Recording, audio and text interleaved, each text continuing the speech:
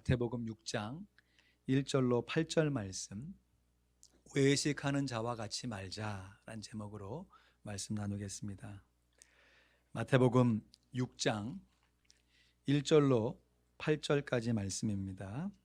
성경 다 찾으셔서 한 목소리로 봉독하겠습니다. 마태복음 6장 1절로 8절까지 함께 봉독하겠습니다. 시작. 사람에게 보이려고 그들 앞에서 너희 의를 행치 않도록 주의하라. 그렇지 아니하면 하늘에 계신 너희 아버지께 상을 얻지 못하느니라. 그러므로 구제할 때에 외식하는 자가 사람에게 영광을 얻으려고 회당과 거리에서 하는 것 같이 너희 앞에 나팔을 불지 말라. 진실로 너희에게 이르노니 저희는 자기 상을 이미 받았느니라. 너는 구제할 때에 오른손에 하는 것을 왼손이 모르게 하여 내 구제함이 은밀하게 하라. 은밀한 중에 보시는 너희 아버지가 갚으시리라. 또 너희가 기도할 때에 외식하는 자와 같이 되지 말라. 저희는 사람에게 보이려고 회당과 큰 거리 어귀에 서서 기도하기를 좋아하느니라. 내가 진실로 너희에게 이르노니 저희는 자기 상을 이미 받았느니라.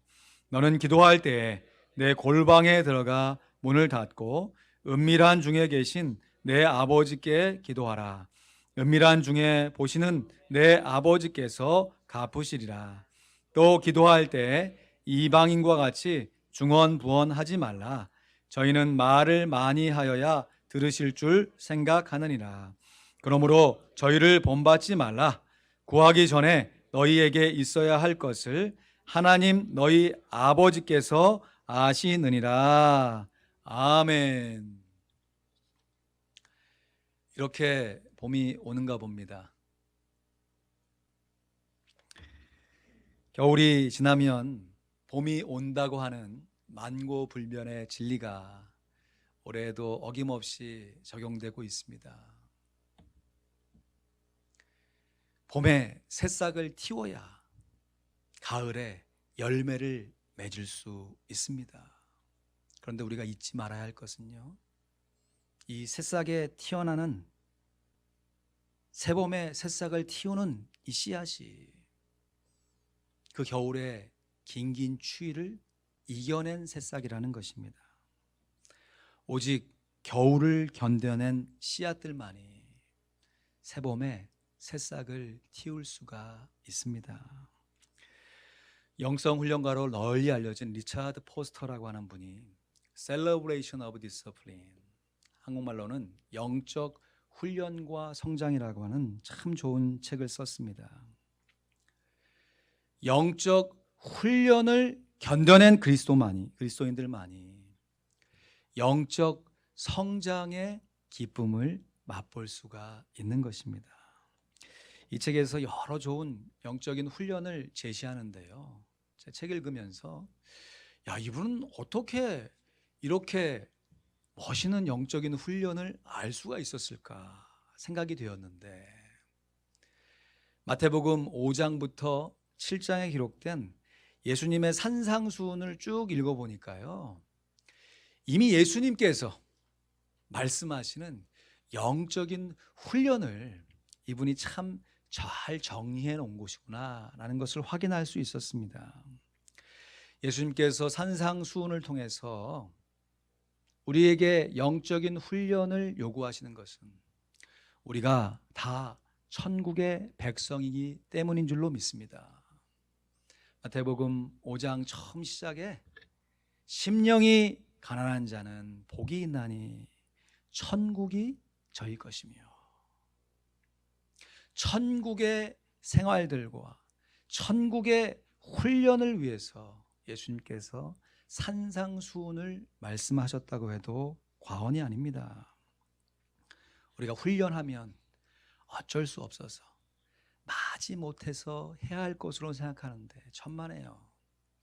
우리 예수님은 율법에 얽매여서 어쩔 수 없이 순종하는 차원이 아니라 율법을 초월해서 자원하여 순종할 수 있는 천국 백성으로서의 영적인 훈련을 교훈하신 것입니다.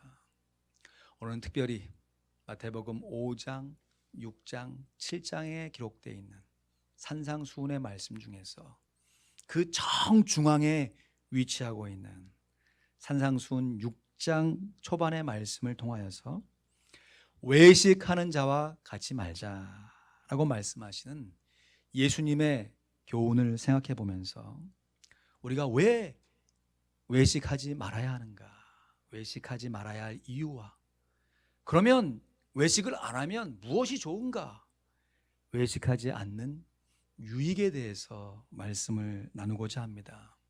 오늘 본문 1절 말씀 우리 같이 읽어보겠습니다. 시작. 사람에게 보이려고 그들 앞에서 너희 의를 행치 않도록 주의하라. 그렇지 않으면 하늘에 계신 너희 아버지께 상을 얻지 못하느니라. 이 말씀 빗대어 보면 우리가 천국에 가면 받게 될 상급이 있는 줄로 믿습니다. 아멘.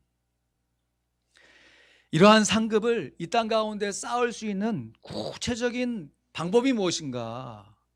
예수님이 마태복음 6장에서 제시하시는 영적 훈련의 방법은 세 가지입니다. 한번 따라 하시죠. 구제, 기도, 금식. 구제와 기도와 금식이 하늘에서 상급을 쌓을 수 있는, 이 땅에서 우리가 구체적으로 실천하여서 훈련할 수 있는 영적인 훈련입니다. 그러면 구제, 기도, 금식 중에서 여러분 제일 잘하시는 것은 무엇입니까? 조금 부족하다 느끼시는 것은 무엇입니까? 예수님이 교훈하시는 이 세 가지 영적인 훈련들, 구제 2절부터 4절에 나와 있고요, 기도 5절에서 15절까지 나와 있고, 금식 16절에서 19절 말씀에 기록되어 있습니다. 오늘 주일 설교를 통해서는 구제와 기도에 대해서 살펴보고, 오늘 수요 기도의 시간에는 금식을 통한 정말 실제적으로 우리가 훈련할 수 있는 영적인 방법에 대해서 말씀을 나누겠습니다.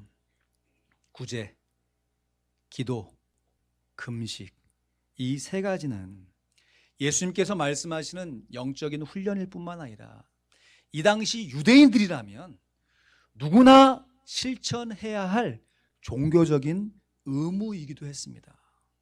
우리가 이 땅 가운데 미국 시민으로 살아간다고 하면 미국 시민의 의무를 다해야 되는 것처럼, 이 당시 유대인으로 살아가는 공동체 안에서 유대인들이라면 마땅히 구제하는 것이, 기도하는 것입니다.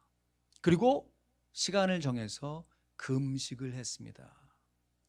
그러니까 의무이니까. 여러분, 의무라는 말이 내가 마음이 내킬 때도 할 수 있지만 마음이 안 내킬 때도 해야 하는 것이 의무이지요.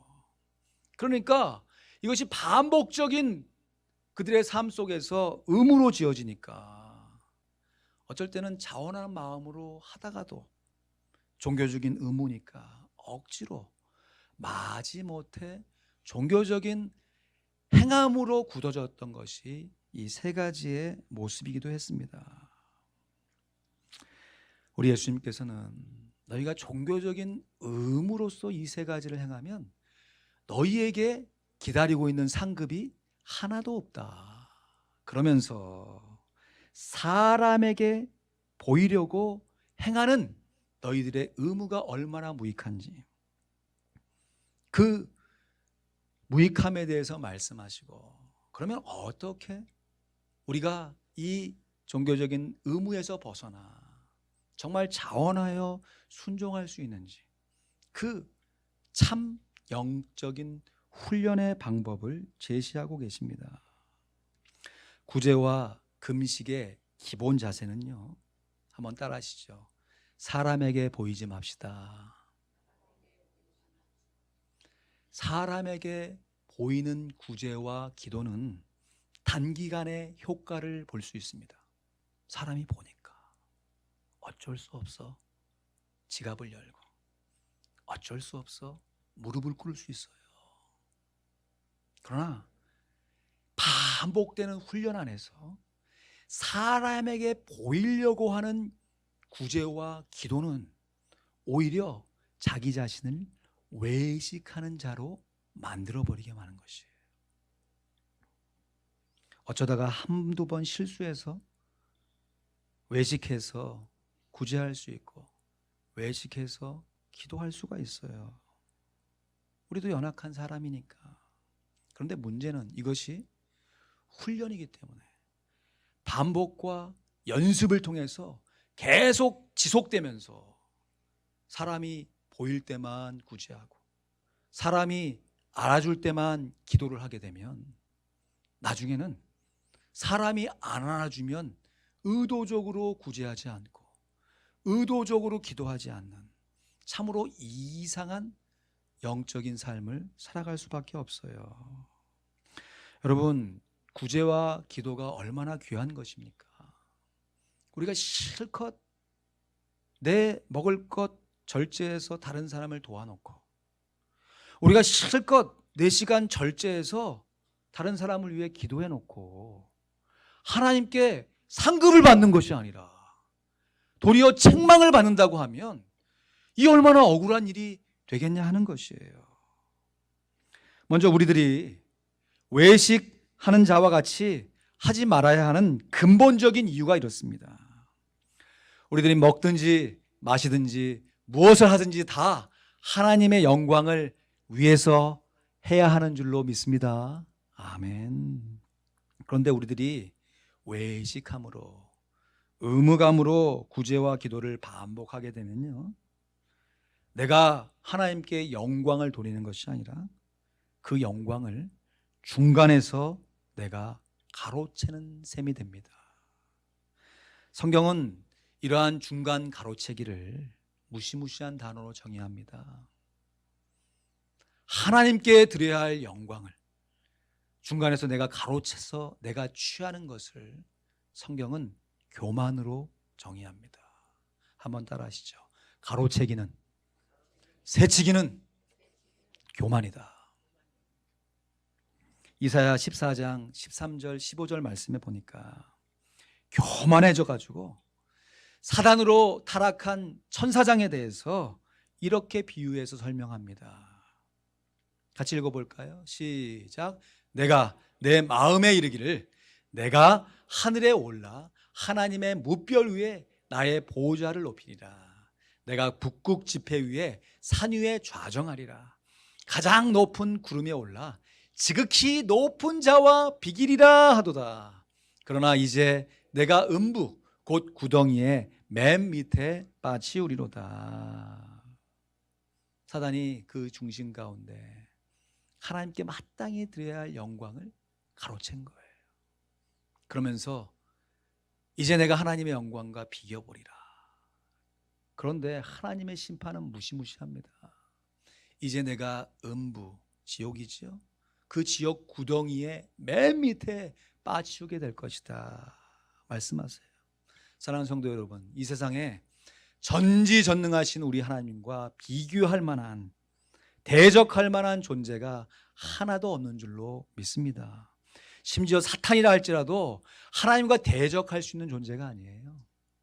왜냐하면 사탄 역시 타락하기 전에는 하나님께서 하나님의 영광을 찬양하기 위해서 만드신 천사장이었기 때문에 그렇습니다.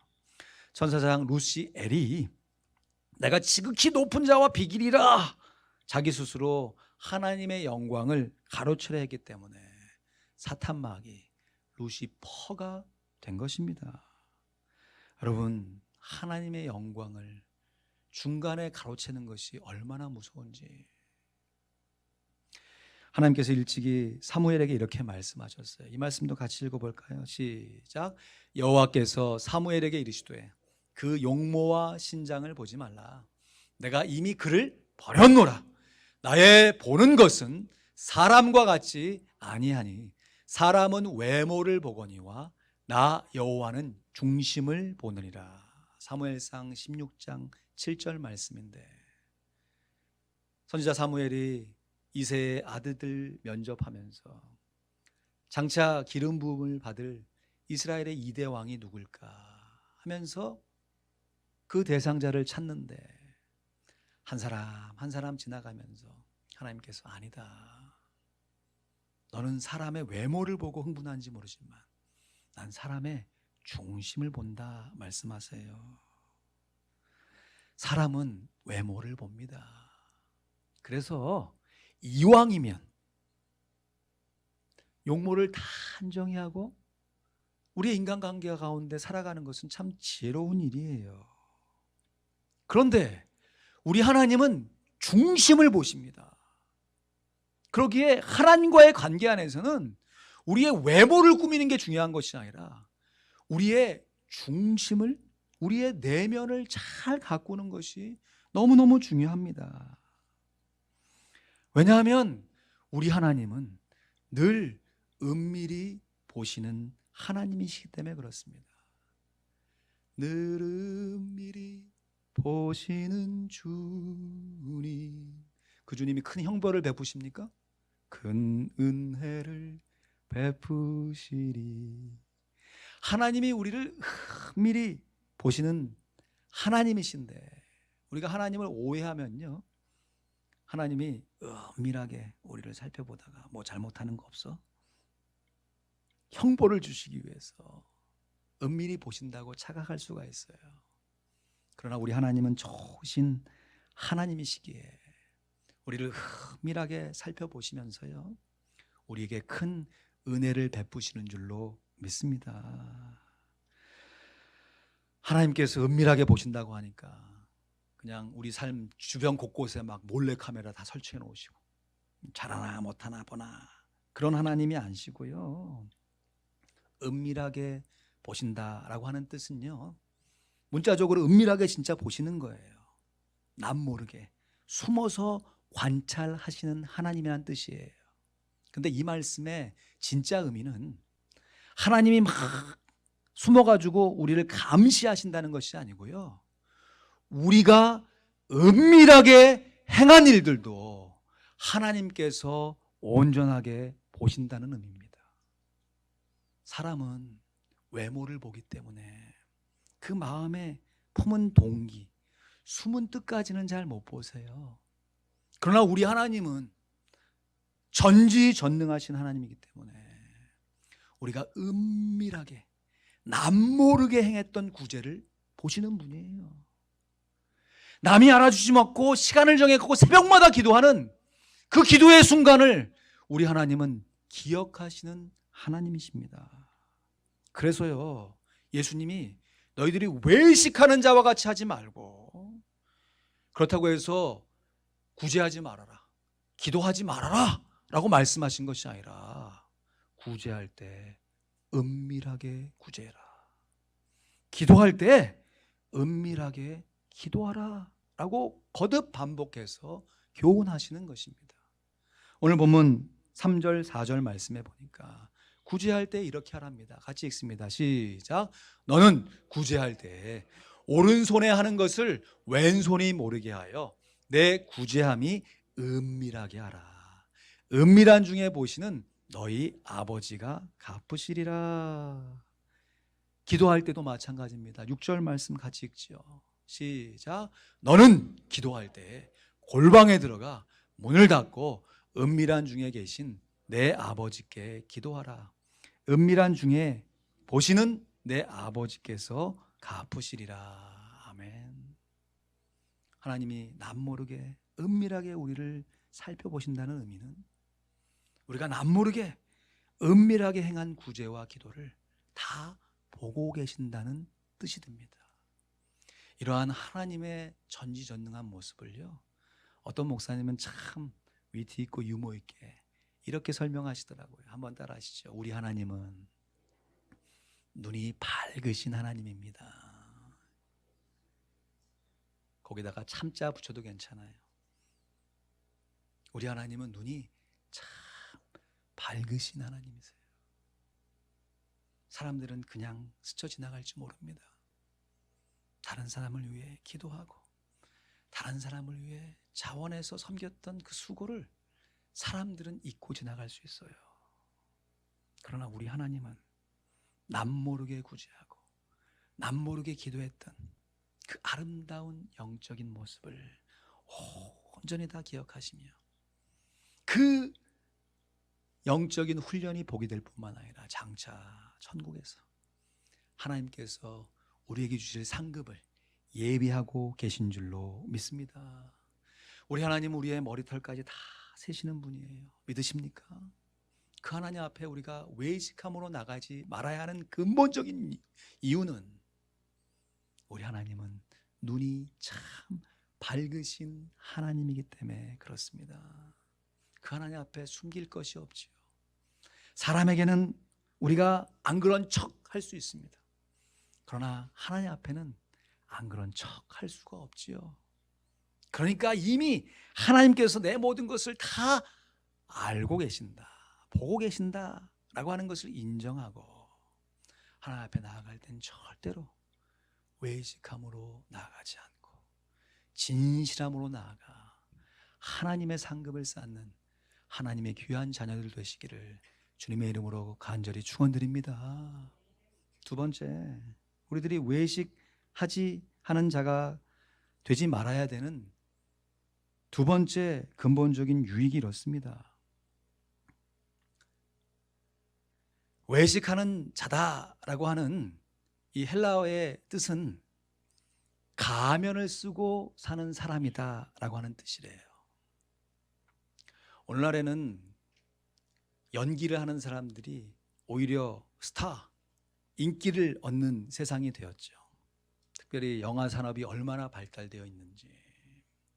근데 이 당시, 예수님 당시의 헬라 문화 가운데서는 영화란 것은 없고 연극이, 그 콜로세움이라든지 어떤 극장이라든지 귀족들 앞에서 연기를 하는 사람이 인기를 많이 얻었다고 그래요. 오늘날처럼 여러 사람의 등장인물들이 각자 한 가지의 역할만 하는 것이 아니고요, 한 사람이 가면을 쓰고 나와가지고 각각 다른 역할을 하면서 연기를 했다고 하는 것이죠. 그래서 한 역할을 할 때 이 가면을 썼는데 다른 역할을 할 땐 금세 가면을 탁 바꿔가지고 다른 역할을 하면 그것을 보는 사람들이 이야, 대단하다, 어떻게 저렇게 다른 사람의 역할을 한 사람이 할 수 있을까 하면서 감탄하면서 막 박수를 쳤다는 것이죠. 여러분, 가면이 연기를 하는 사람들에게는 연기력을 향상시킬 수 있는 좋은 도구가 될 수 있지만 하나님 앞에 서야 하는 우리들에게 영적인 가면은 우리의 영적인 생활을 몰락시키고 파멸시키는 무시무시한 도구가 된다는 것을 한시도 잊지 마시길 바랍니다. 왜냐하면 우리 하나님은 말씀드린 대로 눈이 밝으셔서 우리가 아무리 가면을 바꿔 쓴다 할지라도 우리의 중심을 꿰뚫어 보실 수 있는 하나님이시기 때문에 그렇습니다. 그래서 여러분, 혹 그런 분들이 많지 않으시겠지만 혹 교회에 와서는 교회가 요구하는 그 수준의 신앙적인 모습을 나름대로 지키려고 애를 쓰다가 교회의 가면을 탁 쓰고 성도의 가면을 탁 쓰고 신앙생활하는 척하다가 세상에 나가서는, 가정에 돌아가서는, 일터에 돌아가서는 그 사람들의 수준과 역할에 맞는 가면으로 싹 바꿔가지고 언제 그랬냐는 듯이 그런 삶을 한두 번 살 수 있다니까요. 우리가 연약하고 부족해서. 그런데 문제는 그것이 반복되는 우리의 일상생활 가운데 연습되어지고 굳어져서 우리의 모습으로 자리 잡게 되면요, 교회에서는 성도로, 세상에서는 성도가 아닌 사람으로 서로 가면을 바꿔주고 하는 삶이 계속해서 우리의 삶 가운데 굳어져서 평생을 살게 되면 나름 신앙생활을 한 것 같은데 남는 게 없는 것이, 하나님 앞에 서야 될 그 순간에 하나님 앞에 결산해야 할 내용이 하나도 없게 되는 것입니다. 사람은 외모를 보거니와 여호와 하나님은 우리의 중심을 보시기 때문입니다. 여러분, 이 말씀 우리가 오해해서요, 하나님이 외식하지 말라 하지 말라 하니까 우리가 외식을 안 하면 하나님께 무슨 큰 유익을 돌리는 것처럼, 결과적으로는 큰 영광을 돌리는 것입니다. 그러나 하나님께서 우리의 영적인 부모님이시기 때문에 부모로서 자녀가 잘 되라고 양육을 하시는 것이죠. 저희가 어린애가, 저희가 5살 됐을 때요, 한 날 집에 가보니까 책꽂이 거기에다가 큼직하게 자기 이름을 탁 써놓고요, 그것도 크레용으로 안 지워지는 걸로 그래놓고 5 탁 써놨어요. 애가 5살 때. 그래가지고 참 귀엽기도 하고 어이가 없어가지고 물어봤어요. 저 이름 누가 썼냐? 그랬더니 나는 안 썼다는. 상상이 좀 되십니까? 그 모습이 얼마나 뭐 사랑스럽다고 하기가 좀 그렇지만 귀여웠습니다. 애니까. 그런데 제가 아직 50은 안 됐지만 집에 벽지에다가 제 이름 크게 딱 써놓고 50 딱 써놓은 다음에 제 아내가 묻죠. 아니 이게 웬일입니까? 누가 이렇게 했어? 난 안 했는데 라고 얘기하면 여러분, 이것이 귀여운 일이 되겠습니까? 여러분, 피식 웃으시지만 우리가 처음 예수 믿을 때 삶의 훈련이 잘 안 돼가지고, 예수 믿는 삶의 훈련이 좀 덜 돼가지고 교회에서 하는 신앙생활과 세상에서 하는 우리의 삶의 모습이 조금 다르게 보일 때 애교로 봐줄 수 있다니까요. 아직 훈련이 좀 덜 됐거니. 그런데 10년, 20년 이제 살아갈 날이 살아온 날보다 적어진 세월 속에서도 여전히 교회 생활과 일상의 생활이 차이가 나는 외식으로 살고 있다면 하나님께서 그것을 애교로 보시겠습니까? 우리가 아직 어렸을 때 아이들이 보는 프로 가운데, 어린이 프로 가운데 아직도 기억나는 게 있어요. 조그만 말갈량의 여자예요.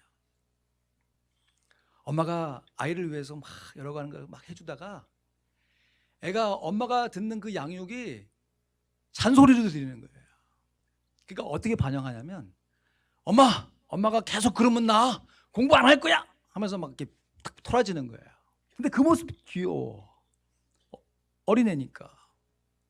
근데요, 나중에 하다 엄마가 막 뭐 하라 뭐 해라 하지 말라 했던 것들에서 반항을 하면서 나중에 뭐라고 얘기하냐면, 엄마가 그렇게 얘기하면 나 오늘 이빨 안 닦고 잘 거야, 그렇게 얘기하는 모습을 봤어요. 여러분, 이빨 안 닦는 것이 엄마를 위한 것입니까? 이빨 잘 닦아주는 것이, 물론 치과비 비용 아끼려고 나중에는 엄마에게 궁극적으로 도움이 되겠지만, 이빨 잘 닦고자 하는 것이 자기 자신에게 유익이잖아요. 여러분, 우리가 하나님 앞에서 외식으로 쓰지 아니하고 진실함으로 서야 되는 근본적인 이유는 전지전능하신 그 하나님과 이 땅에서부터 온전하게 교제할 수 있기 때문인 것입니다. 내가 거룩하니 너희도 거룩하라. 때로는 이 말씀 생각하면 앞이 그냥 아련해지죠. 내가 내 모습을 알고 있는데 어떻게 하나님의 거룩하심까지 거룩해질 수 있는가. 근데 우리 하나님은 우리를 영적인 자녀로 인정하시기 때문에 주변의 아저씨들, 주변의 다른 존재들은 중간에 포기하지만 부모는 포기하지 않는 것이죠. 끝까지 네가 내 수준의 거룩함을 유지할 수 있다, 성장할 수 있다, 성숙할 수 있다 격려하시면서 그 성장과 성숙에 큰 걸림돌이 되는 외식을 제거해라. 나는 중심을 보시는 하나님이시다라고 말씀하십니다.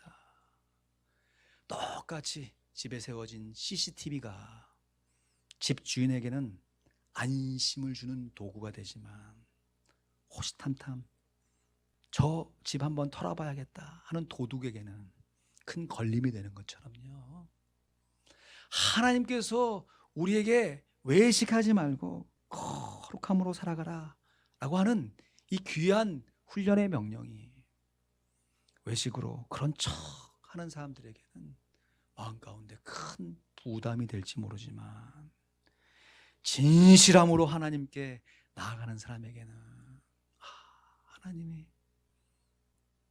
내 기도를 보고 계시는구나. 늘 은밀히 보시는 그 하나님 앞에 다른 사람 하나 줘도 하나님이 보고 계시니 내가 오늘도 주님과 교제하리라 감사하며 기도할 수 있습니다.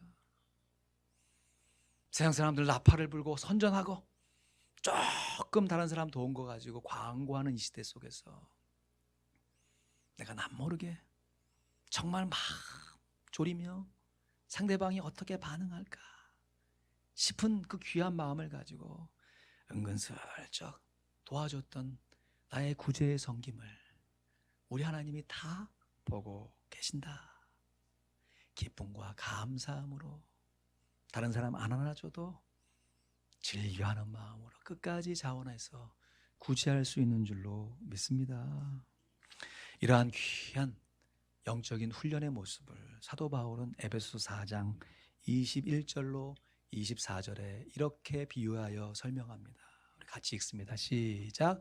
진리가 예수 안에 있는 것 같이 너희가 과연 그에게서 듣고 또한 그 안에서 가르침을 받았을진데 너희는 유혹의 욕심을 따라 썩어져가는 구습을 쫓는 옛사람을 벗어버리고 오직 심령으로 새롭게 되어 하나님을 따라 의와 진리의 거룩함을 지으심을 받은 새 사람을 입으라. 사랑하는 성도 여러분, 성숙한 그리스도인들은 자기 의를 버리고 옛사람을 벗는 것이요 예수님의 의, 새 사람을 입는 사람인 줄로 믿습니다. 정직하게 벗고 진실하게 입어야죠. 새 사람을 벗은 척하고 옛사람을 벗은 척하고 죄송합니다. 새 사람을 입은 척하는 사람이 아니라 우리의 모든 것을 다 꿰뚫어 보시는 하나님 앞에 옛사람을 벗어버리고 새 사람을 날마다 새롭게 입는 하나님의 자녀가 되어야 할 줄로 믿습니다. 이것이 우리의 노력과 힘만으로 되지 않게 하나님 성령님 우리 가운데 보내주셔서 우리가 암송한 대로 너희가 하나님의 성전인 것과 하나님의 성령이 우리 가운데 함께 하시는 줄로 믿습니다. 말씀을 맺습니다. 오직 겨울을 견뎌낸 씨앗들만이 새봄에 새싹을 피울 수 있습니다. 오직 외식하지 않고 진실하게 성장한 그리스도인들만이 하나님께서 예비하신 상금을 받아 누릴 수 있습니다. 그러기에 예수님께서 한두 번이 아니라 거듭 반복해서 너희가 외식하지 말고 은밀하게 구제라. 외식하지 말고 너희가 은밀하게 기도해라. 늘 은밀히 보시는 주님, 큰 은혜를 베풀어 주시는 줄로 믿습니다. 우리 모두 구제하되 기도하되 외식하는 자와 같이 하지 말고 오직 은밀하게 구제하고 기도하고 외식하는 자와 같이 하지 말고 오직 진실하게 구제하고 기도하여 하나님께 드려야 할 온전한 영광을 다 올려드리고 하나님께서 예비하신 그 상급을 온전히 받아들이는 하나님의 자녀로 장성할 수 있길 우리 주구주 예수 그리스도의 이름으로 간절히 축원드립니다. 아멘. 기도하겠습니다.